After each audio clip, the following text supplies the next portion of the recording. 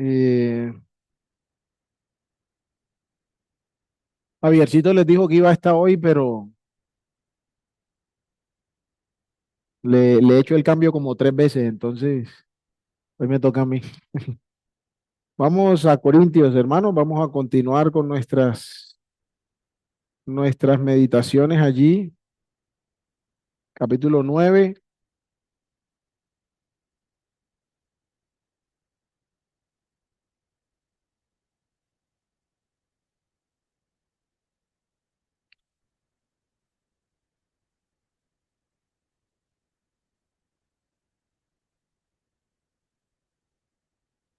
Dice el versículo 1, Corintios, capítulo 1, versículo 9.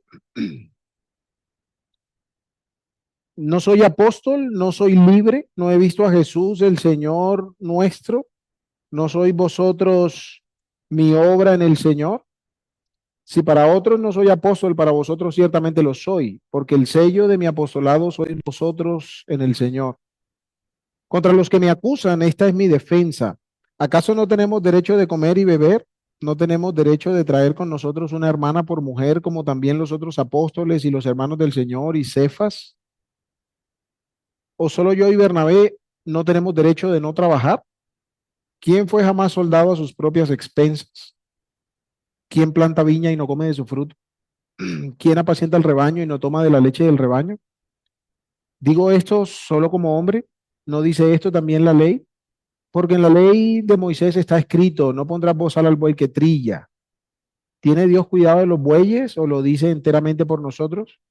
Pues por nosotros se escribió, porque con esperanza debe arar el que ara y el que trilla con esperanza de recibir el fruto. Si nosotros sembramos entre vosotros lo espiritual, es gran cosa si segaremos de vosotros lo material. Si otros participan de este derecho sobre vosotros, ¿cuánto más nosotros? Pero no hemos usado de este derecho, sino que lo soportamos todo por no poner ningún obstáculo al Evangelio de Cristo. ¿No sabéis que los que trabajan en las cosas sagradas comen del templo y los que sirven al altar del altar participan? Así también ordenó el Señor a los que anuncian el Evangelio que vivan del Evangelio. Pero yo de nada de esto me he aprovechado, ni tampoco he escrito para que se haga así conmigo, porque prefiero morir antes que nadie desvanezca esta mi gloria. Vamos a dejar hasta allí la lectura, que el Señor nos bendiga por medio de ella y nos ayude. Vamos a orar. Padre, bueno, gracias damos en esta mañana, primer día de la semana, por la persona gloriosa y perfecta de Cristo, quien debió él mismo ser perfeccionado para poder llevar una descendencia para ti. Gracias, Señor, por este vínculo tan estrecho en el que ahora nos tratas, en el que podemos ser llamados hijos, considerando, Señor, como dice el apóstol Juan, el amor tan grande que ha sido dado para que esto pueda ser hecho. Gracias por aquel en quien nuestras ofensas fueron pagadas. Gracias por aquel en quien nuestra condenación fue quitada de sobre nosotros. Y en esta mañana, Señor, ahora que estamos frente a tu palabra, queremos darte gracias porque la exposición de tus palabras alumbra, darte gracias porque esa crisolada, tu palabra para siempre permanece en los cielos, ni una jota ni una tilde pasará antes que toda ella se cumpla. Y queremos entonces también rogar dirección, entendimiento, discernimiento para acercarnos a ella sabiendo que no es de hombre ni por hombre, sino que son tus palabras, son tus pensamientos para nosotros. Y es a ella, como nos amonesta el apóstol Pedro, a la que debemos estar atentos, firmes y confiados, como cuando una antorcha es encendida en un lugar oscuro. Padre, que sean tus palabras guiándonos, que nuestros corazones sean sencillos para someternos a esta guía hasta el día en que nos encontremos con aquel que dio su vida para nuestro perdón. Por medio de él damos la gloria y la honra a tu nombre, Señor, y nos encomendamos a ti. Amén. Muy bien, hermanos, hemos estado mirando los primeros versículos. En la última oportunidad estuvimos hasta el versículo 3, si mal 3, 4, si mal no recuerdo. Estuvimos hablando de cómo el apóstol está siendo sometido a un juicio, por así decirlo, no un juicio formal, pero en la mente de los corintios estaban juzgando y señalando a Pablo y trayendo cualquier cantidad de recriminaciones sobre él, eh, que Pablo de alguna manera responde en este texto. Recuerden que dijimos también que aunque esto es de cierta manera una defensa de Pablo, es Pablo queriendo tomar situaciones con los corintios mismos para ilustrarles la verdad que les ha estado comunicando desde el capítulo 8 referente al uso de la libertad cristiana, de cómo los creyentes somos llamados a vivir en medio de situaciones que no necesariamente son malas, pero que podrían causar tropiezo a otros. En particular, el capítulo 8 está hablando del tema de la comida. Entonces estuvimos reflexionando la vez anterior acerca de esta situación en la que Pablo está inmerso y que Pablo trae un punto para, repito, ilustrar o confrontar a los corintios con el mal uso de su libertad cristiana. Dice entonces versículo 3, importante, contra los que me acusan, esta es mi defensa. De ahí dijimos que el apóstol está usando vocabulario como alguien que está en un juicio, ¿cierto? Son palabras que están, por así decirlo, prestadas de la realidad de una corte romana. De ahí entonces, del 4 en adelante, Pablo enumera no abusos cometidos por su parte. ¿Sí me hago entender? El apóstol enumera cosas que, si bien es cierto, él tenía el derecho de incluso exigir, no lo hizo. ¿Qué son las cosas que menciona para ir entrando en la parte de hoy? Dice primero, ¿acaso no tenemos derecho de comer y beber? Eso no se refiere a que Pablo no tenía derecho de alimentarse en el sentido de usar alimentos, ¿no? Está hablando de, del derecho de Pablo de poder recibir su sustento diario de parte de los corintios, en medio de quienes él estaba trabajando. El alimento y la bebida debieron haber sido provistos por los corintios. Recuerden que mencionamos que el apóstol estuvo viviendo en medio de ellos año y medio, lo cual para bueno, no sé si modelo, pero para la costumbre itinerante del apóstol de estar visitando iglesias, de estar lugar en lugar, quedarse año y medio en un lugar, era bastante tiempo.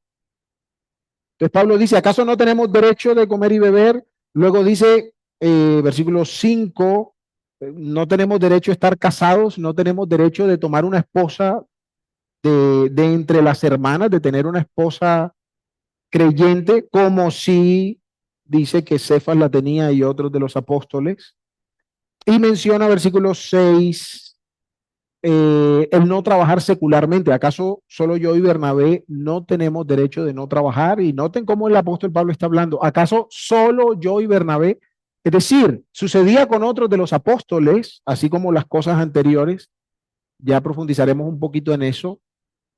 Pero Pablo dice, ¿acaso él y yo somos los únicos que no tenemos derecho a no tener un trabajo secular? Y añado la palabra secular porque es importante para nosotros entender, hermanos, que el ministerio es un trabajo desgastante. El ministerio es un trabajo demandante, por lo menos cuando se hace bíblicamente. Desde la perspectiva bíblica, la imagen de aquel que sirve al Señor, eh, por decirlo así, a tiempo completo, es un trabajo de mucho esfuerzo. Entonces aquí no es que Pablo y Bernabé están diciendo que se van a quedar relajados en la casa, no. Tienen otro trabajo para hacer, entonces la comparación es con un trabajo secular. Entonces, evidentemente a otros apóstoles, incluso a los falsos maestros que estaban en medio de los corintios, no se les criticaba eso, pero a Pablo y a Bernabé sí se les criticaba. Entonces, partiendo de esto, Pablo establece la comparación con los corintios de cómo él estaba usando su libertad en medio de la defensa que presenta. Y en el versículo 7 nos da un argumento natural, nos da lo que la lógica indica, lo que llamamos sentido común, aunque viene cierto, haciendo un pequeño paréntesis hoy, que el sentido común, como decía un profesor que tuve hace 20 años, es el menos común de los sentidos. En la sociedad de hoy parece que el sentido común no existe. Pero bueno, Pablo apela al sentido común y dice, ¿quién fue jamás soldado a sus propias expensas? ¿O quien planta viña y no come de su fruto? ¿O quien apacienta el rebaño y no toma de la leche del rebaño? Es decir, Pablo toma imágenes de la vida natural, del que trabaja en la ganadería, del que trabaja en el campo, de los militares. Y la respuesta a todas estas preguntas, o bueno, son preguntas que se llaman retóricas, de manera que la respuesta está inmersa en la misma pregunta. Es decir, ¿quién fue jamás soldado a sus propias expensas? Y la respuesta es nadie, ninguno, ninguno.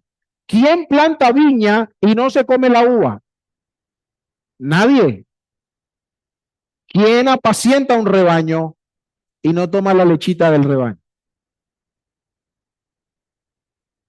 ¿Quién? Nadie, hermano, nadie. De hecho, bueno, no importa. Eh, ya me toca contarles porque todos quedaron así como, es que por allá estuve en una finca hace un tiempo por allá en el Quindío y cierto, el amigo, el señor que estaba ahí ordeñando, dice, abra la boca, ¿cierto? Y del chorro de la ubre sacó el... ¿Quién no toma leche? Son sus vacas, ¿cierto? Él toma de su leche. Es decir, hay un principio natural que nos enseña que el que labora en algo, pues de eso vive. Eso es lo que le da su sustento. Eso es lo que le provee para todas sus necesidades. Pero antes de concluir todo esto, sigamos el argumento de Pablo. Versículo 8. ¿Digo esto solo como hombre? Ahora Pablo está llevando la cosa a un plano mucho más serio. Pablo dice, mira, en el mundo natural todo el mundo entiende que si tú estás trabajando en algo, pues vives de eso, ¿cierto? Comes de eso, o de ahí tú tomas para tu propio provecho. Pero Pablo dice, ¿y acaso les estoy diciendo esto solo de manera natural? La siguiente pregunta complementa. ¿No dice esto también la ley? Ahora Pablo pone las cosas en un tono más serio. Mira, ya no se trata de que el sentido común nos enseña que así funciona la vida, sino que en la ley de Dios está escrito, porque otra vez, las preguntas son retóricas. ¿No dice esto también la ley? La respuesta es sí, sí lo dice también la ley. Versículo 9, perdón. Porque en la ley de Moisés dice, en la ley de Moisés dice. Aquí es donde quiero volver a lo que mencionábamos la vez anterior respecto a que, hermano, necesitamos entender por qué Pablo está hablando de esto y qué es lo que Pablo está diciendo al respecto y que lo unamos en el tema que Pablo está diciendo. ¿Cuál es el tema que Pablo trae? La libertad cristiana. La libertad cristiana. De eso es de lo que Pablo está hablando, desde el capítulo 8 hasta el capítulo 10. Y cuando Pablo hace uso de esto, es para servir de argumento a su tema principal de la libertad cristiana. Él no está pretendiendo enseñar acerca de este tema aquí. Está usando el tema para ilustrar un punto superior. Necesitamos que eso sea claro porque, como dije la vez anterior, creo, este pasaje sea mal utilizado para llegar a conclusiones que no son las que el pasaje está diciendo. Y les voy a demostrar luego que no es así.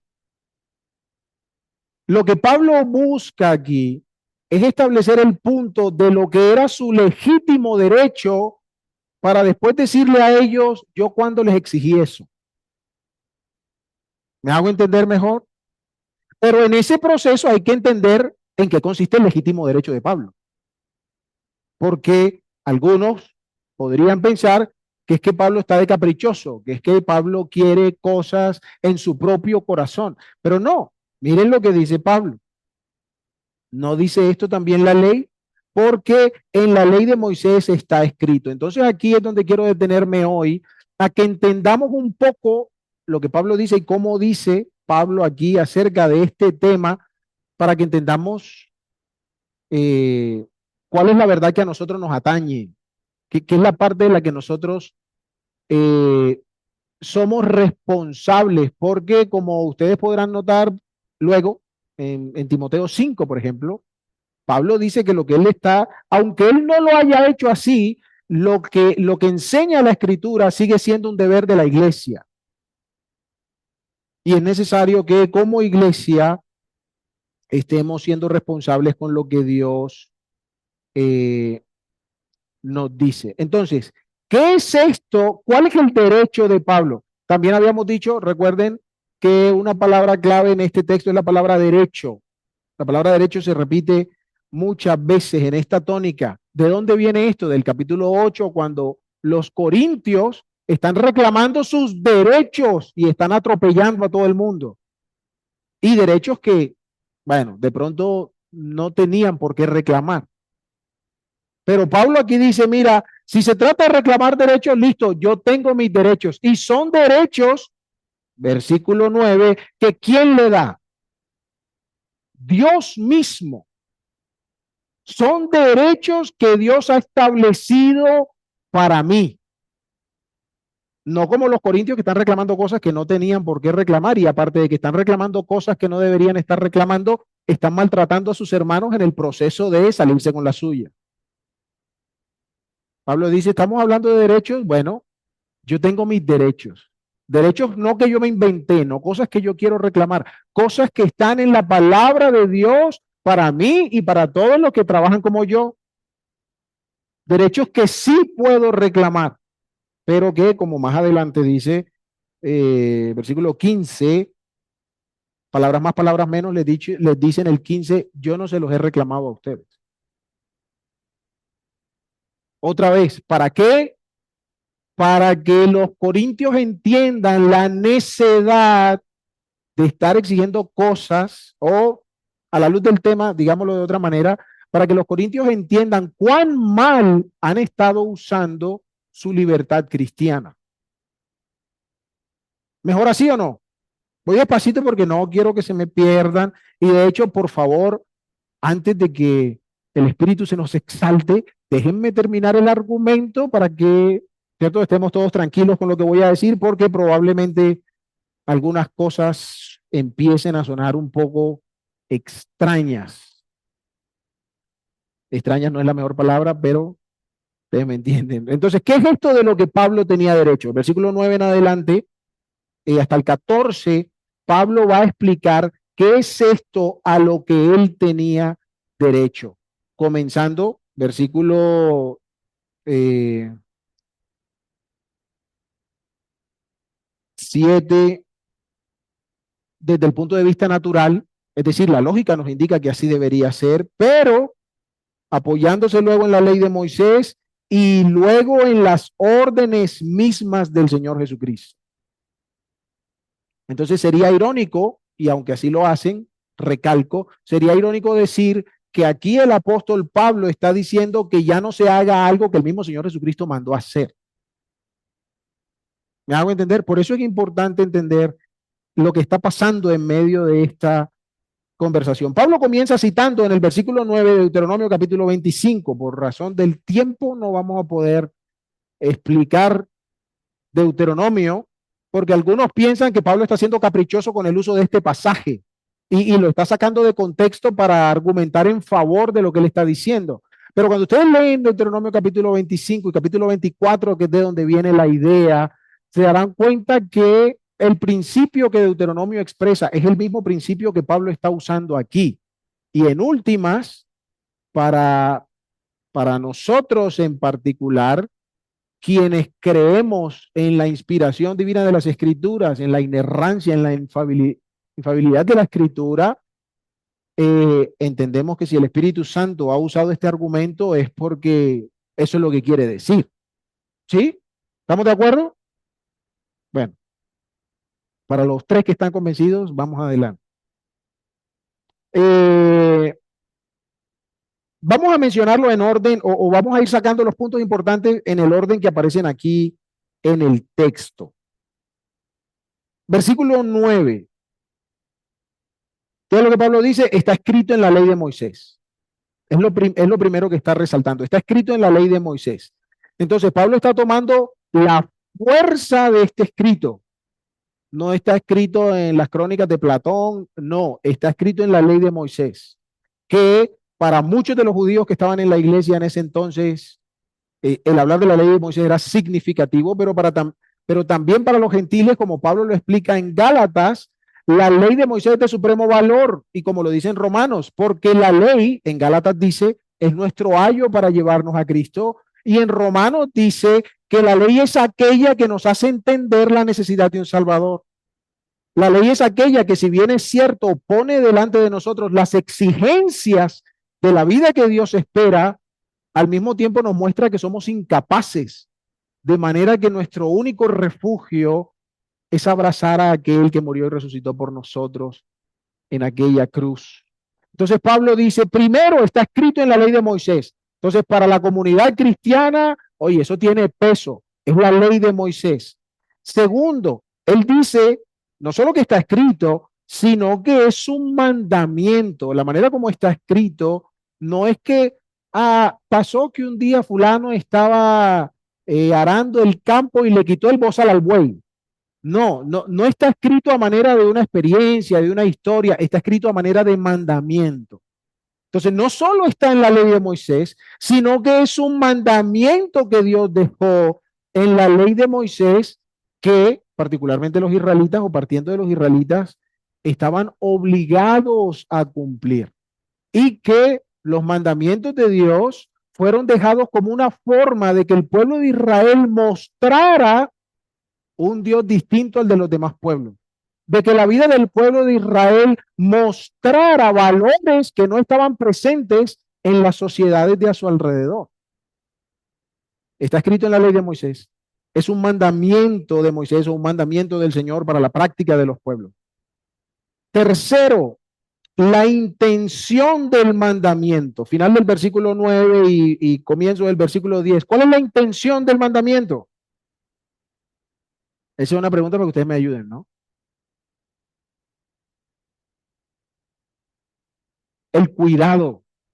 La razón por la cual Dios da este mandamiento es a causa del cuidado de Dios sobre todas las cosas. Y es bien interesante porque en la intención del mandamiento, Pablo está también confrontando lo que está pasando acá en el capítulo 8 de usar la letra de la ley, pero no tener en cuenta el espíritu de la ley. Es decir, respecto a la comida, yo sé que un ídolo nada es porque Dios es Dios sobre todas las cosas y entonces voy y me meto al templo pagano. Oh, sí, la letra de la ley, usando esa expresión, dice eso, Dios es Dios sobre todas las cosas y los demás no son dioses. Pero a ver, lo único que Dios quiere con eso que dice es que sepas esa verdad y hagas lo que quiere. No, si Dios es Dios y es soberano sobre todas las cosas, entonces tú vas a vivir sujeto a ese Dios bueno y amante y probablemente no vas a terminar en el templo pagano. ¿Me hago entender? Entonces Pablo dice, ahí dice, no pondrán bozal al buey que trilla. Eso es para que los bueyes coman. Bueno, sí, pero ¿a dónde Dios está apuntando todo esto? A que Dios está buscando, y de hecho es el contexto de Deuteronomio, Dios está preservando la vida. El principio que hay detrás es la preservación de la vida. Es cómo tenemos cuidado de la vida.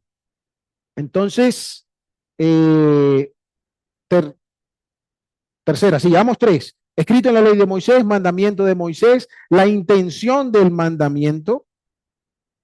Eh, Cuarto punto, el aprendizaje de los principios naturales. ¿Qué estoy diciendo aquí? Dice el final del 10, pues por nosotros escribió, Pablo está afirmando, y dice, porque con esperanza. Esta parte es clave aquí. Es decir, estos principios que Dios estableció es para que en el desarrollo de la vida natural en nuestros corazones se mantenga ¿qué? La esperanza. La esperanza del cuidado, de la protección, del amor, como se hablaba esta mañana, de la gracia de Dios sobre nosotros. Es decir, vivir en este mundo con propósito, con expectativa, pero con expectativas y propósitos que realmente nutren el alma y el corazón, y eso solo puede venir de Dios. Con esperanza debe arar el que ara y trillar el que trilla, o sea, porque otra vez, los que han trabajado en el campo, y no lo digo como uno que haya trabajado en el campo, no me malentiendan, solo que yo me informo, pero los que han trabajado en el campo no saben cuándo va a llover, pero ¿por qué trabajan la tierra? Porque esperan que llueva en los tiempos que se supone que llega la lluvia, ¿no? Pero ¿por qué esperan que llegue la lluvia? Porque esperan que la lluvia les ayude a que la planta crezca, se desarrolle y tal, y no sé en cuánto tiempo es lo que sea que están cultivando, se comen lo que se comen al final. O sea, en el proceso hay un ejercicio de esperanza. Dios dice, bueno, mira, Pablo dice, Dios ha hecho estas cosas con el fin de que el ser humano, aún en medio de la experiencia natural, esté aprendiendo de quién es Dios y de lo que hace Dios. Y en sus corazones pueda haber esperanza. Escrito en la ley de Moisés, mandamiento de Moisés, la intención de Dios con el mandamiento, que es el cuidado, la preservación, la compasión, cómo Dios a través de estas cosas produce esperanza, el aprendizaje que Dios da a través de esas cosas. Versículo 11 ahora, el principio que al que Pablo apela es la escala de valor.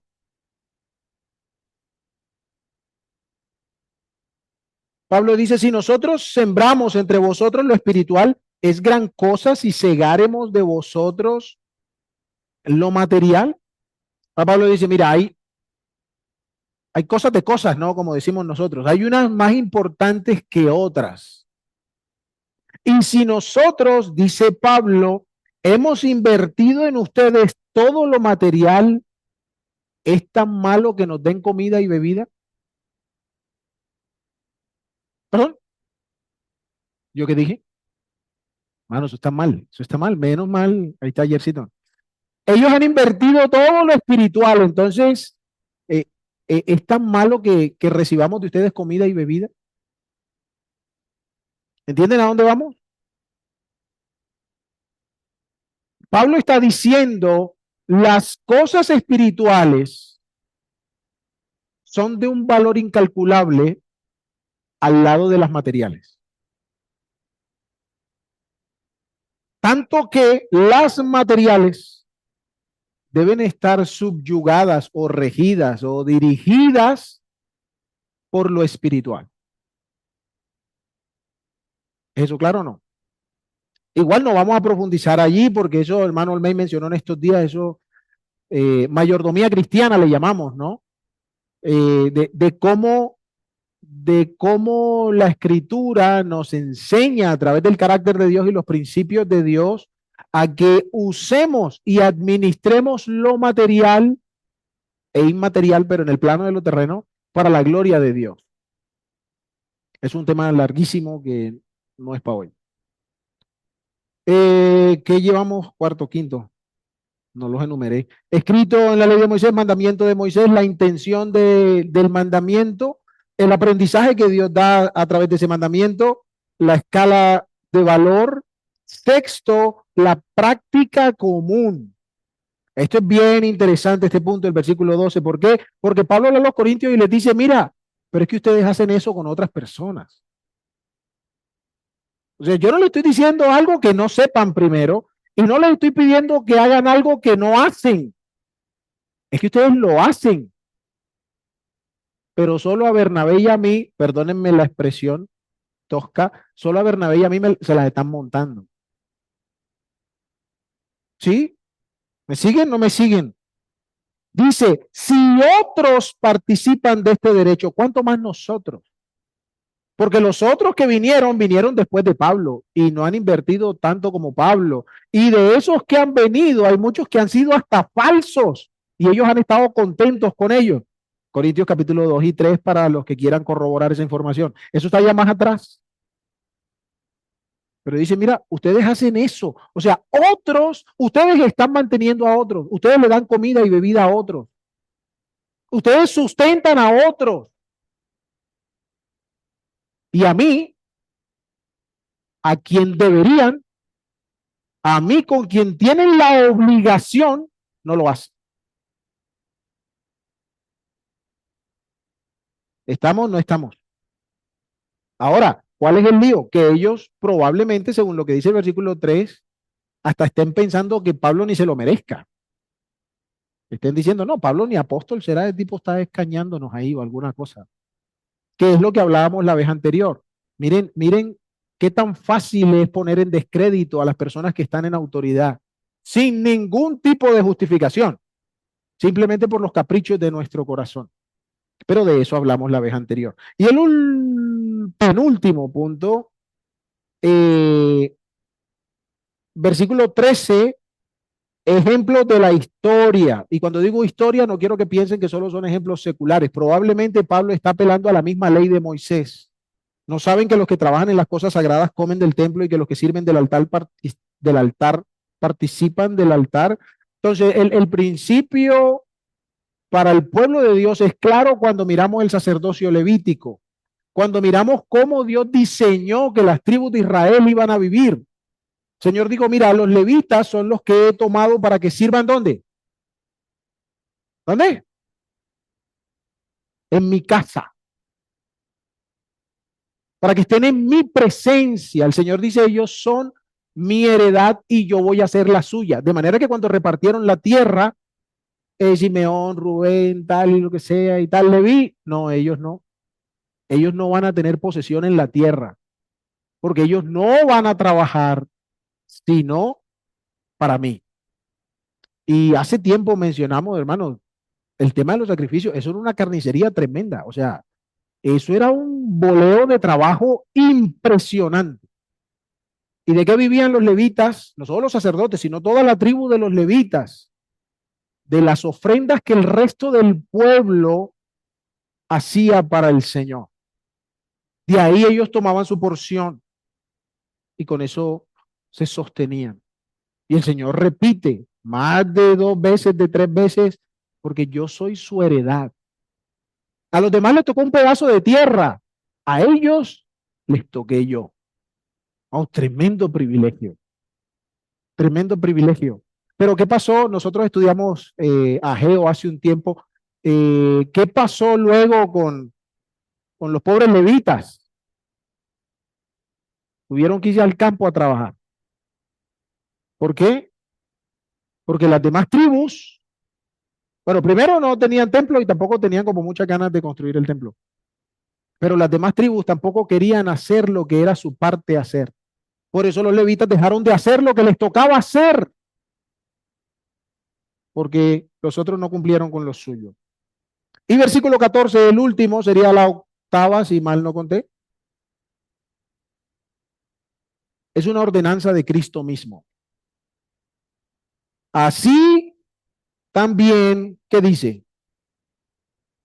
Ordenó.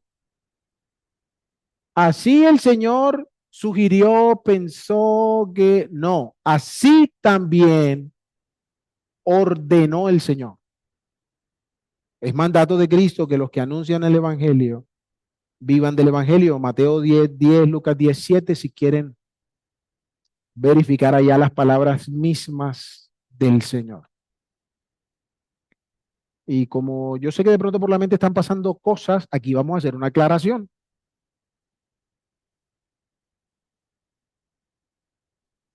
No quiero que ninguno se confunda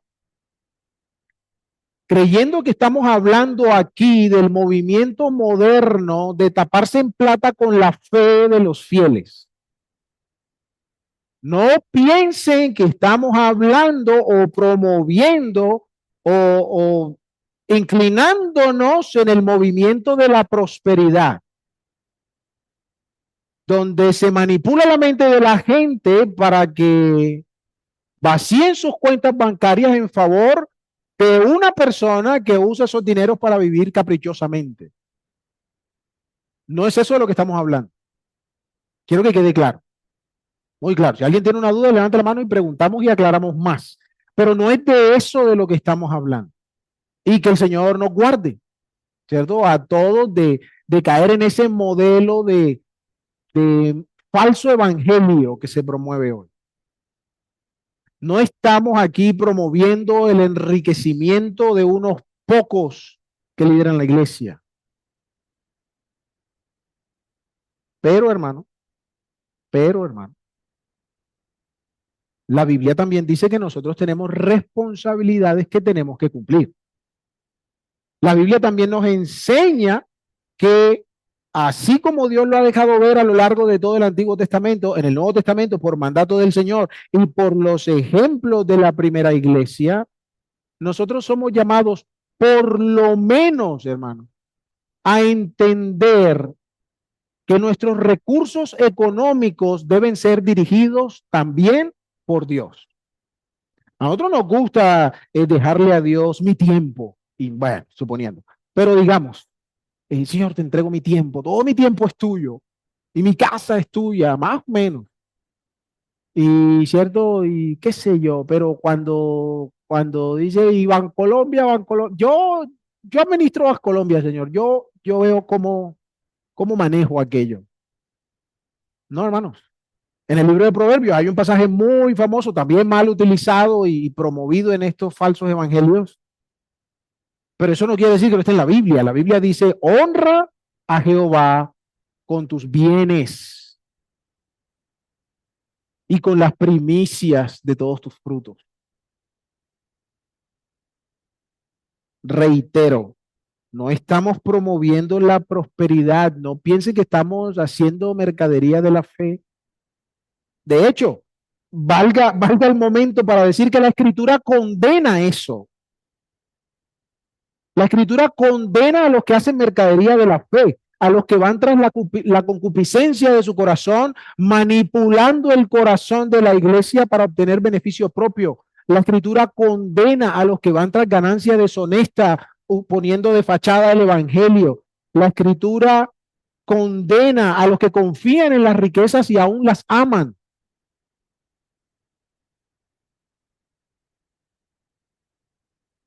No es de eso de lo que estamos hablando. Sin embargo, hermanos, la escritura dice que como pueblo de Dios tenemos también responsabilidades, si quieren llamarle así, económicas. No es la mejor palabra, se escucha un poco feo, pero para hacer el contraste y me entiendan, ¿no?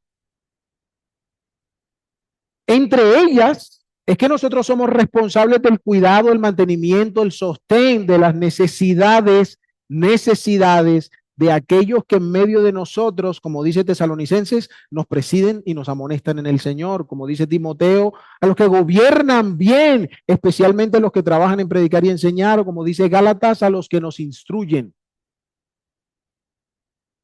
Tenemos la responsabilidad de proveer para ellos.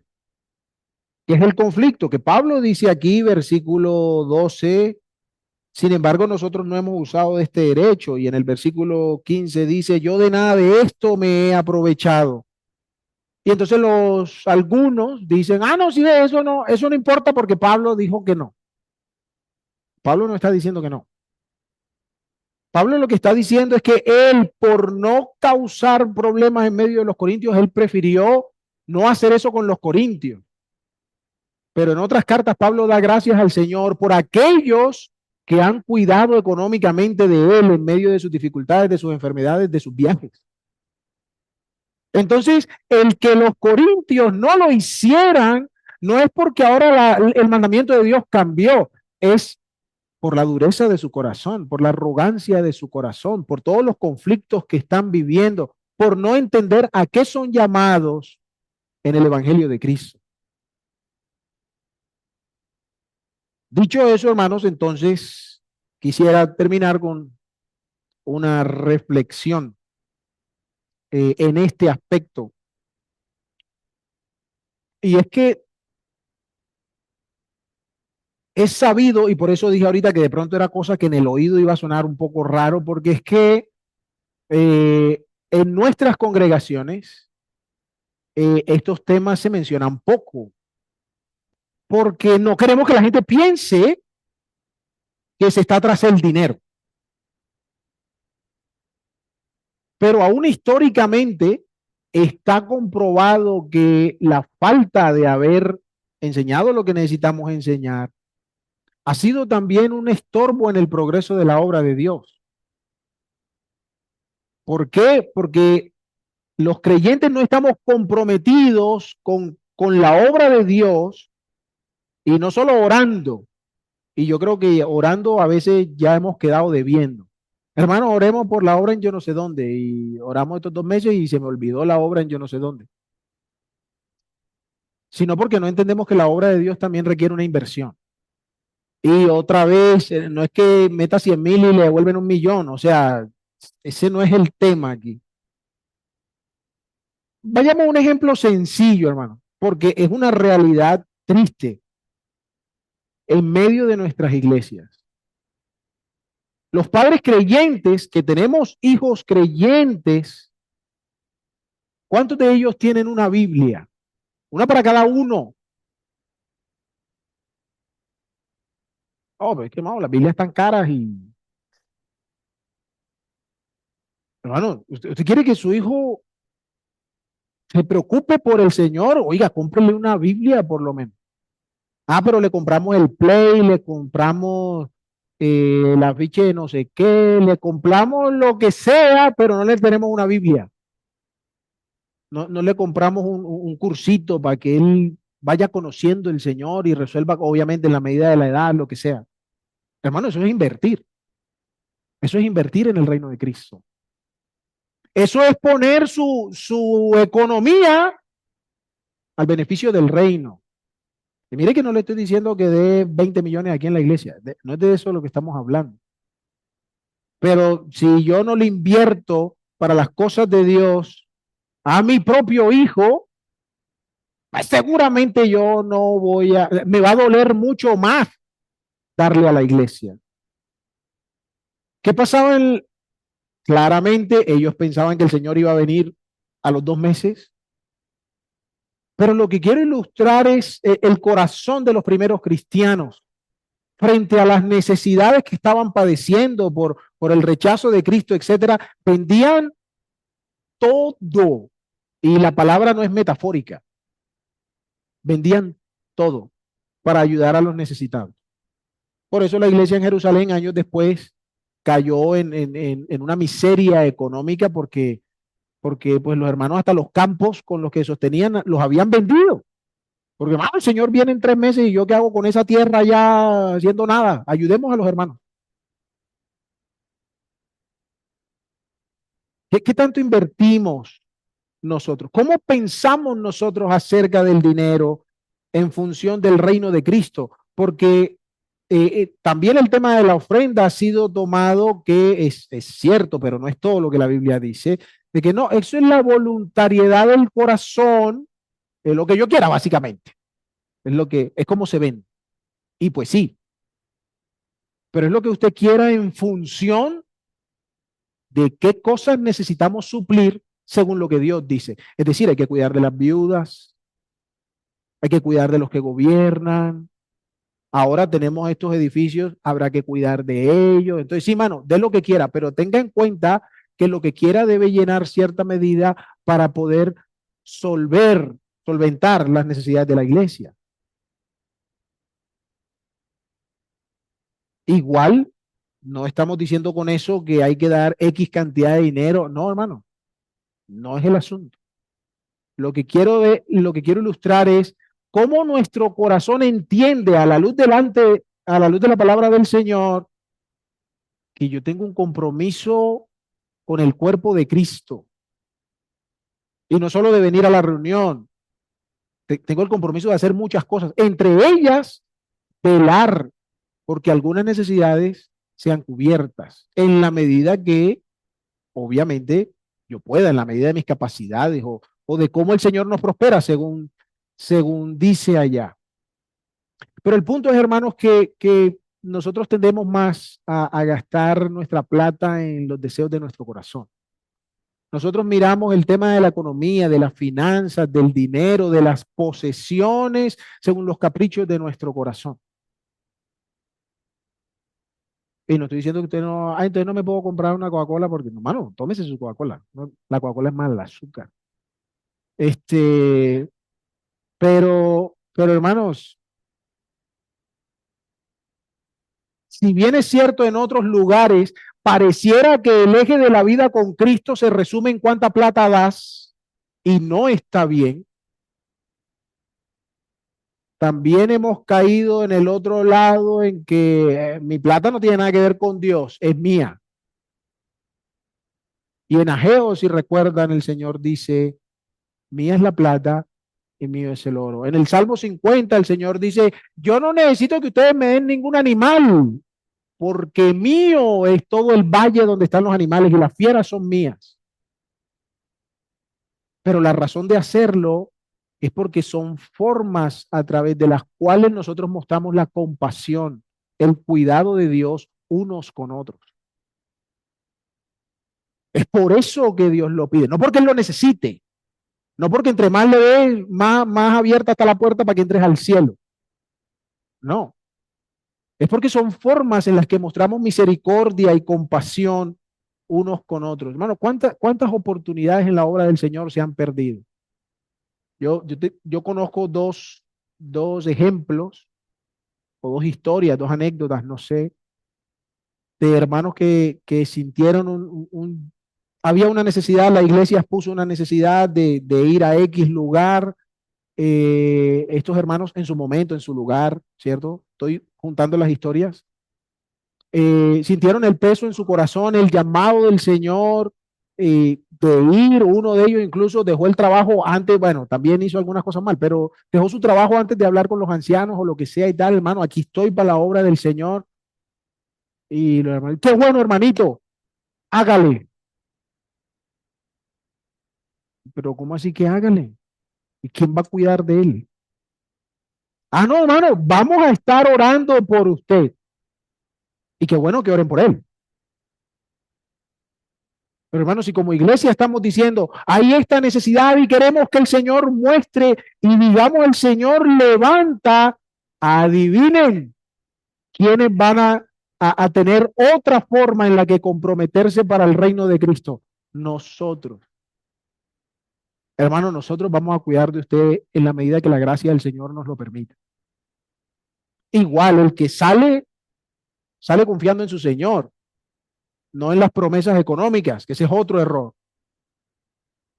Pero lo que quiero resaltar es que nosotros hemos sido muy livianos en cómo nosotros también participamos en la obra del Señor.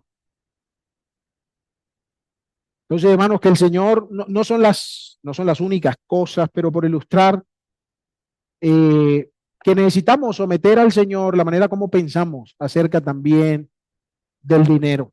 Y en la próxima oportunidad explicaremos entonces por qué Pablo hizo lo que hizo en medio de los corintios y cómo eso amonestó a los corintios y cómo fue un testimonio y ejemplo para nosotros de un buen uso de la libertad cristiana. Padre bueno, gracias te damos por esta mañana que nos has dado de compartir alrededor de tu mesa, alrededor de la persona de Cristo, de meditar en tu palabra, de ser enseñados e instruidos por ella, rogándote, oh Dios, que podamos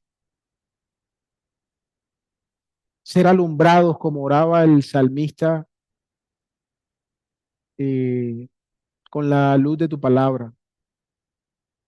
la exposición de tus palabras alumbra, que sea ella trayendo discernimiento y entendimiento a nuestro corazón y que podamos, Señor, vivir de una manera cada vez más consagrada a ti en todos los aspectos de nuestra vida. Es por Cristo por quien oramos, quien te damos las gracias. Amén.